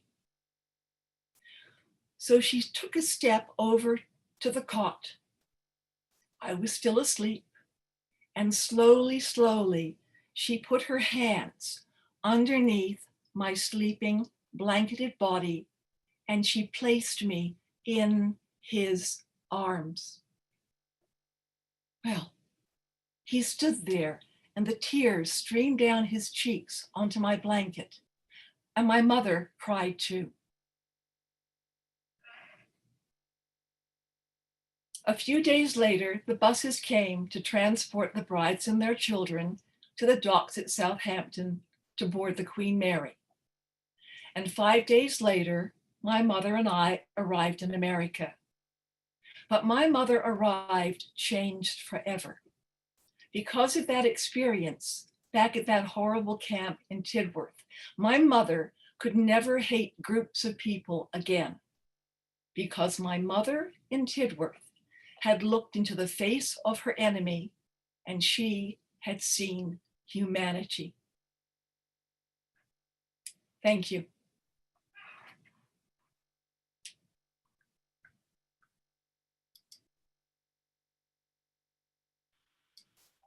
Wow, Angela, what a beautiful and very poignant story to be telling, especially during this time of year when we're thinking about the things that we're grateful for. Thank you. Thank you so much for sharing. And now I would like to bring up our next storyteller. I have known Elena Beth Kay, I think at least 28 years, maybe longer. And when I asked her how she started in on storytelling, she said she made up a scary story for her Girl Scout campmates and she got hooked. And now she has been telling both folk tales and personal stories for decades. She is thankful that, like a lotus growing out of the mud, this pandemic has allowed her to meet and tell with other storytellers from all around the world. Please help me welcome Elena Beth Kay.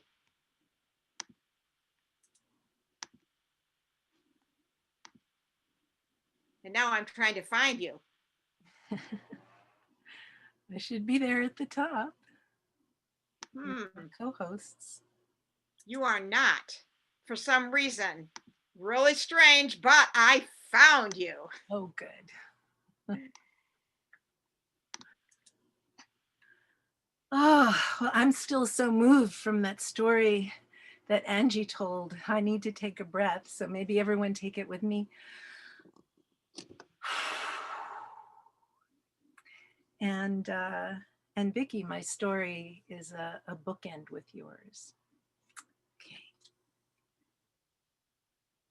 Once, in a land far away, in a time long ago,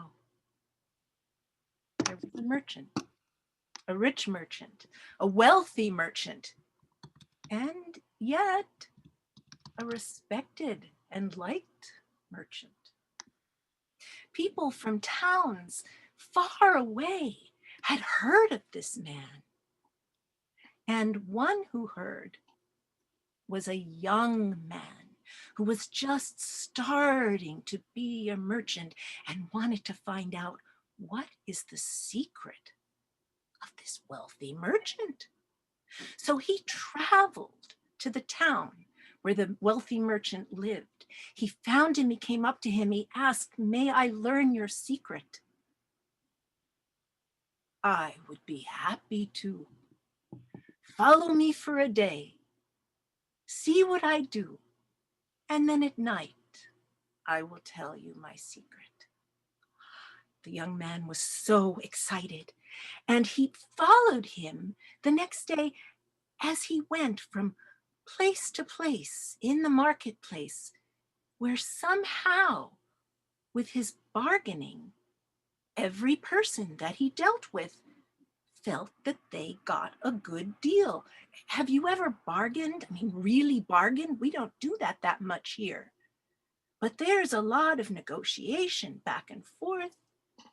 And there are little things like Sometimes the merchant would have his eye on one thing, but look at everything else and then say, oh, and what about that one? Sometimes, if the amount wasn't to his liking, he would say thank you and leave.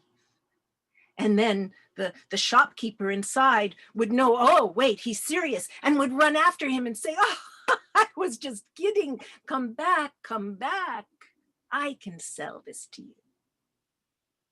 And each person felt that they had a good deal. One of the places that they went to, it looked as if the sun purposefully had a beam of light that went down to the window and went right onto an item that made the young man's heart stop. He couldn't tell from afar if it was a vase or an oil lamp.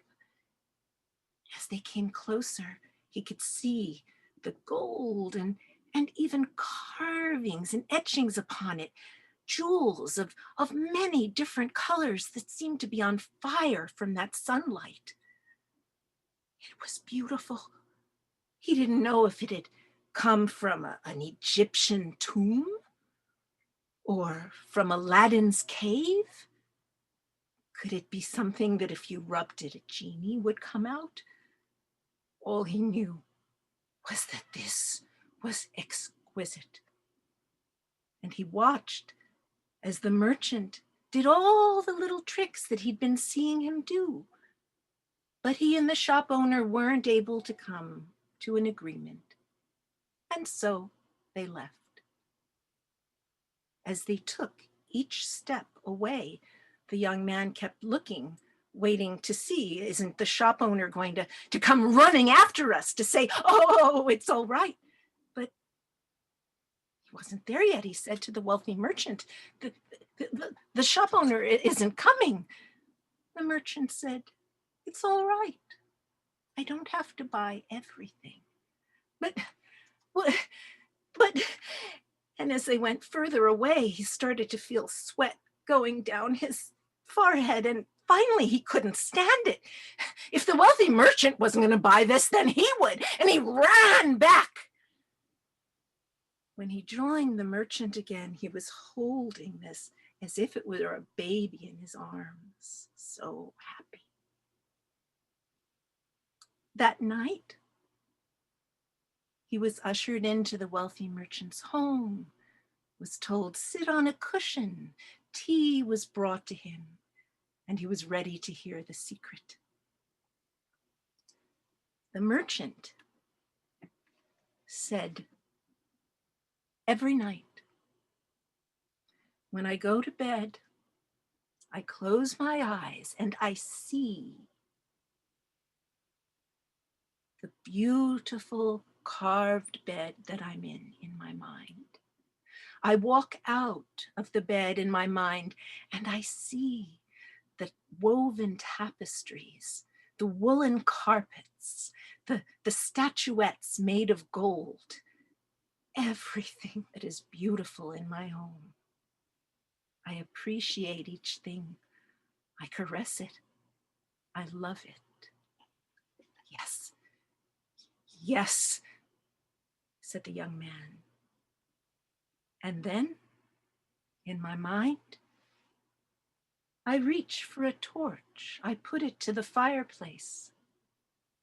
I go to look closely at the beautiful drapes, and then I put the torch to them. And I watch as everything burns. Soon I'm surrounded by nothing but ashes. And the secret? I see the smiles of my family. And I look down. I see me. I'm here. And I'm fine. But the secret, every night in my mind, I burn it all. The young man thought, well, he could have just told me that he didn't want to let me know the secret. And the next day he thanked him and he went back home. And he was a successful merchant. He treated people well, but he never quite felt that he was successful enough. And the wealthy man kept getting wealthier, made much and gave as much away. Lived a long, healthy, and happy life. And every night, in his mind, he burned it all.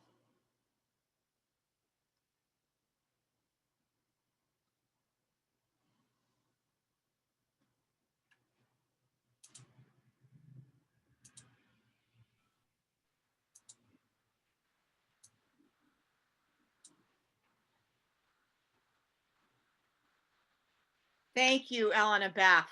That was an absolutely beautiful story and told with so much heart and soul. Thank you.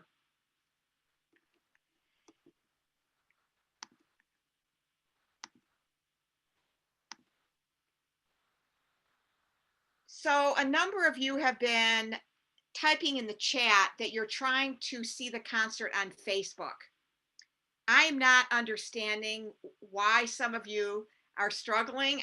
Unless I'm doing something wrong, but I'm looking at Facebook right now and I'm seeing the concert on my Facebook page. So if there's anyone who is really knowledgeable, Ellen and Beth, maybe you, about Facebook, why is it that some of you are not able to see the concert? Well, I don't see it either. Maybe afterwards we can screen share, because I'm sure you can put it on afterwards. I don't know why it's not showing live, if there was a setting. Yeah, I'm not sure, but I'm actually seeing it live when I hold up. Have them refresh their page. Okay, my husband says refresh your page. Maybe that's it, because look, it's here on my Facebook right here. I'm seeing, that's me talking right now. You see? So I don't know why it's not coming out. So if anyone has any ideas about that, you can let me know, but it's difficult for me to be doing both at the same time. So I am going to put a link in the chat. If I can get my, okay, I'll put it in there in a minute. Okay, so I'm going to be putting a link in the chat to Food Historians and Pies, in case you're curious as to why the various pie choices have become what they are for Thanksgiving. And it is now time for me to introduce our final storyteller this afternoon. Colleen Nunn is the co-founder of the Mother Lode Storytelling Guild in Calaveras and Tuolumne counties, and she is the creator of Murphy's Story Slam. She wants to wish her brother and sister-in-law a very happy anniversary because she told this story at their wedding 5 years ago. And when I asked her what she's grateful for this Thanksgiving, she said she is forever grateful for her family. So please help me welcome Colleen. I just have to find her here. Thank you. Colleen, speak out because you're not the first top row here. Oh, I'm not in the first top row. My goodness. Thank you, Karen, so much for organizing this for us. Oh, my pleasure. I am just honored to be a part of this group of amazing storytellers. I'm going to take off my glasses so you don't see my screen reflected. Another amazing storyteller, Claire Murphy, gave me this story. She gave me permission to take it and make it my own and tell it at my brother's wedding a long time ago. In the days of lumber camps and logging towns in the Sierra Nevada foothills of California, there lived a young man. He lived with his mother And every day he went to work in the lumber cut. One day, this young man decided that it was time for him to go out into the world and find himself a wife. He told his mother this, and she said, "Son, I know that you will go and find yourself the perfect woman to be your wife. But son, promise me this one thing. Promise me that before you ask her to be yours, bring her home so that I can meet her." And the young man said, "Of course, mother, I promise I will bring her home to meet you before I ask her to be my wife." The next day, the young man was working in the lumber cut, and he looked up, and across the cut, he saw Ingrid Svensson. Now, Ingrid Svensson was the daughter of the lumber foreman, and she was bringing her father lunch for the midday meal. And the young man couldn't believe that he had never noticed that Ingrid Svensson was the most beautiful woman in the world. His heart was beating, and before he knew it, he found himself walking across the cut right up to Ingrid Svensson, and he asked her if he could come calling on her the next day. So the next day, Ingrid said yes, because she looked him up and down and he was a lumberjack. So the next day, the young man was sitting with Ingrid in her mother's front parlor, very proper. Ingrid didn't say very much, but that was okay because the young man was perfectly content to sit and admire Ingrid's flaxen hair and her bright blue eyes. She was 100%, no doubt about it, the woman that he wanted to make his wife. And so before long, he asked her to come home and meet his mother. The three of them sat together on his mother's front patio, and she asked Ingrid about her family, how her father was doing at the lumber cut in his new position as foreman. And before too long, he heard his mother say, son, you see that boulder over in our garden, way over in the corner? Would you do me a quick favor? Would you please go and get that boulder for me? And you can bring it right over here. Just send it right there. Now, this was a very strange request. In all of this young man's life, that boulder had sat right there in that garden, never moved, but Ingrid was watching. And so he flexed his muscles, he squared his shoulders, and he walked right up to that boulder. He planted his hands underneath the boulder as far as he could get his fingers under, and with all of his might, he pulled. Oh, he couldn't budge the boulder. And from behind him, he heard his mother say, Ingrid, would you look at that? My son can't even move a rock. How can you trust him to provide for your future? And he heard Ingrid behind him say, I guess I can't. And he saw the most beautiful woman in the world walk down the lane away from him. He was heartbroken. And his own mother was the reason why. He couldn't believe that his chances of marriage would disappear just like smoke. But he was a practical boy. He was resilient. He thought, well, if I can't marry the most beautiful woman in the world, at least I can still get married, have a family. And he thought, you know what? Mary McCoy. Mary McCoy is looking for a husband. And Mary McCoy was looking for a husband because her father, unfortunately, died in the lumber cut the year before. And everybody knew that she was needing some help taking care of her family and protecting them. So the next time the young man saw Mary McCoy, he walked right up to her and he said, Mary, I want to take you home to meet my mom. It was a little sudden. Mary was taken by surprise, but it was true that she was looking for a husband. And she knew what it meant to go home and meet your mom.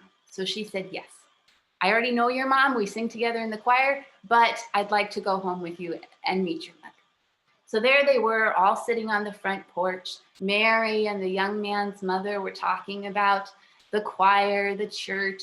They were wondering if the preacher last Sunday might have gotten a little bit too excited while he was delivering the sermon. But before too long, you know what happened. His mother said, "Son, would you go fetch me that boulder over there in the garden?" Now, the young man, he was prepared. He'd been practicing. He'd been lifting small rocks, and he built his way up to some of the bigger ones. But he'd never actually gotten up to the size of the boulder in the garden, but he was going to give it his best shot. He walks up, digs his fingers under, and with all of his might, but he couldn't budge the boulder. And from behind him, his mother says, "Mary, how can you expect a man who can't even move a rock to protect your family?" And she said, "I can't." And off she walked, Mary McCoy, down the road. Well, the young man he gave up. It's never going to happen. My own mother has it out against me. I'm never going to marry. I'll never have a family. He moped around for days until his friends came and they knocked on his door and they said, come on, come with us. Come down to the market. Maybe you'll meet someone, maybe you won't. Doesn't even matter. Come have a drink. We'll sit. We'll have a good time. So the young man agrees. Yeah, okay, fine. I'll go to the market. I won't meet anyone, but I'll sit and have a drink. So there he is at the market. He's having a drink. And he hears this sound. And it's a woman laughing. But it's like no laugh that he's ever heard before. It's like joy and bells tinkling. And he looks around and there's this group of young women over across the market. And the group parts a little bit and he sees this woman. He's never met her before, but she's got brown curly hair, she's got brown eyes, kind of plain. But one of the other girls in her group says something and she laughs. And it's just the best sound that he's ever heard.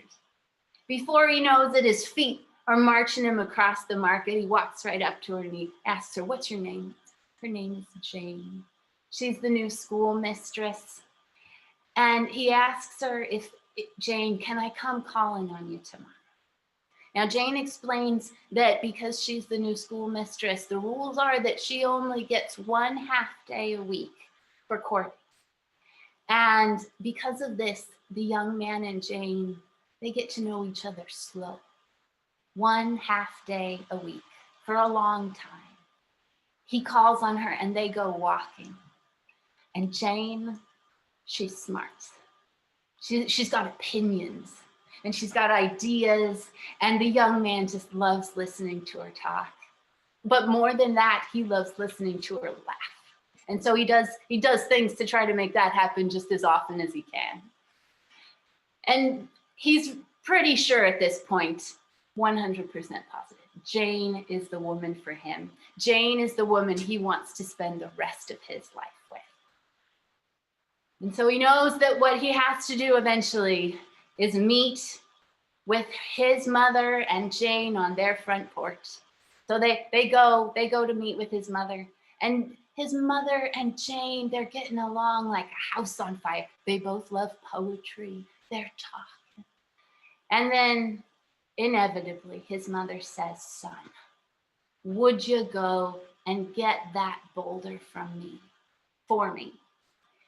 And his heart's in his toes. He knows exactly what's coming, but he's gonna do his very best. He walks over to that boulder. He's thinking about Jane and the rest of their life and the family they're gonna make, and he digs his fingers under that boulder as hard as he can.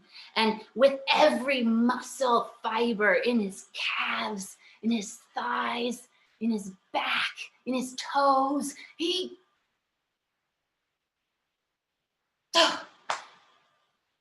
but he can't move the boulder. And all of a sudden, a shadow comes across that rock. And he sees 2 small hands join his on either side of the rock. And he looks up and he sees Jane's 2 brown eyes looking back at him. And together, they move the boulder. And behind him, he hears his mother say, "Son, that's the woman you'll want to marry. Thank you.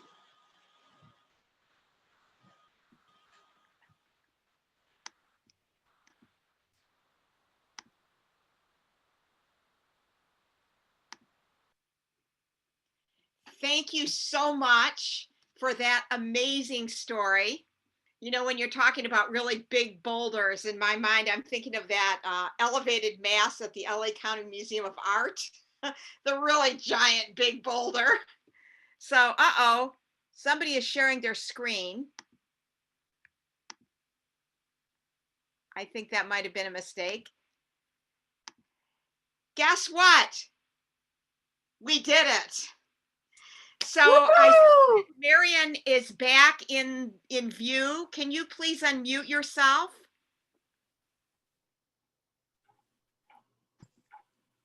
Let me see if I can find you here. Marion, where are you? Here you are. I'm going to I was just going to spotlight you for just a second. I just want to thank you so much for making a match between the Mother Lode Storytelling Guild and Community Storytellers. I'm going to also spotlight, if I can find everybody, all of our storytellers, so we can give a final round of applause.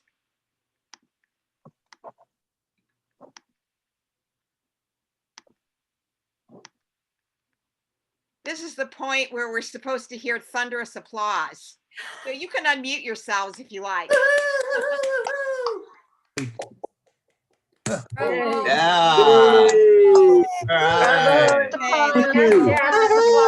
Yeah, very good.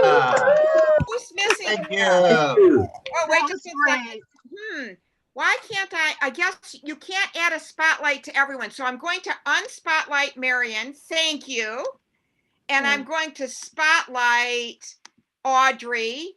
And I'm going to unspotlight myself because I want to make sure, and I'm going to spotlight Peter. There we go. So let's hear it for all of our amazing storytellers. Am I missing anyone? Nick. Nick, where are you? Nick. I'm still here, but I'm not spotlighted. Okay. Okay, I'm going to have to unspotlight someone. I guess you can only spotlight 9 people at a time. So let's hear it for the first 9. Thank you. And I'm going to unspotlight. Okay, let's see here. This technology here. Let me find Nick here. Nick, where are you? There we go. Let's add Nick to the mix. There we go. Yay! Thank you. Thank y'all. I'm going to This is just really end special. with one more gourd instrument.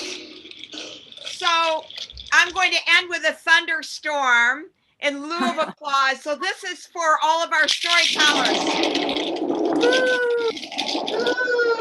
Very cool. It's just another gourd instrument for the holidays.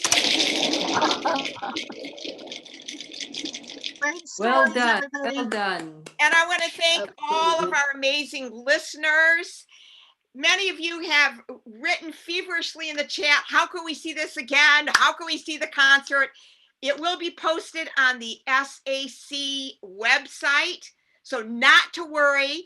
And it is on my Facebook page. I've looked, it's there. So I don't know why you can't see it right now. Maybe it's because all of you are here and the universe doesn't want you to be in 2 places at once. Maybe that's it. So I'm going to unspotlight all of our tellers.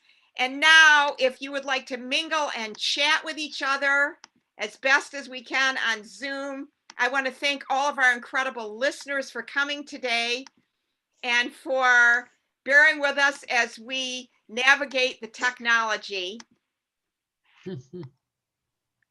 Let me just remove all the final. Okay, here's the final spotlight. I'm just going to spotlight myself. Okay, so this is a thank you to all of you wonderful listeners. Thank you for staying overtime today. We appreciate it. Is there anything anyone else would like to say, an announcement or something? Thanks to Karen for emceeing. Thank you, Karen. My pleasure. I'd like to know if this happens every week or every month or when the next one is. New Year.